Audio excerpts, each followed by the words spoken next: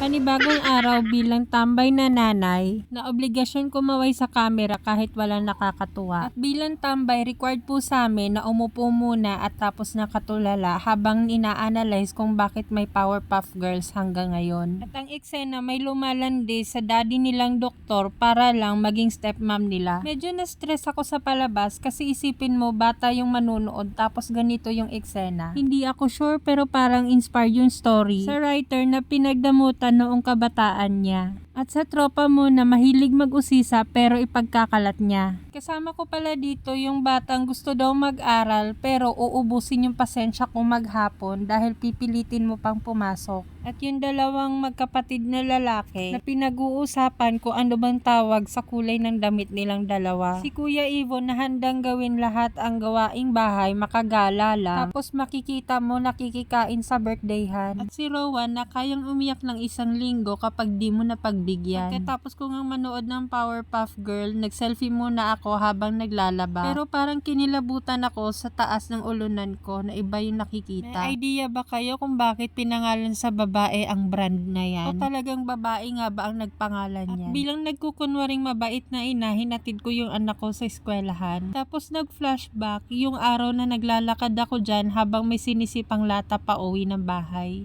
Mag-aalas 15 na niyan tapos naramdaman kong tulog na pala yung kasama ko. Ang cute niyang matulog pero sana wag naman siya magising na bugnot. Ito yung gusto kong asarin, yung tulog tapos gigisingin mo. Andito na nga kami sa eskwelahan. Tapos itong anak ko kinakabahan na akala mo nakapila sa death row. Nag-uumpisa ng lutuin yung pasensya ko kaya sana umabot pa hanggang dulo. Tapos eto si ate girl, kinalabit ako akala niya kilala niya ako. Pero kilala ko siya at mukhang punong-puno yung bag niya. Gusto ko sanang silipin kaya lang nabasa ko national kidney, wag na lang. Matapos kong ihatid yung anak kong kinder na umiiyak sa labas ng classroom. Ito ako bumili ng pampakalma pero sabi next counter. Haya. So hindi ko na alam kung anong voice over dapat dito tapos nakita ko si ate ganda na ini-stalk yung ex niya. Charot!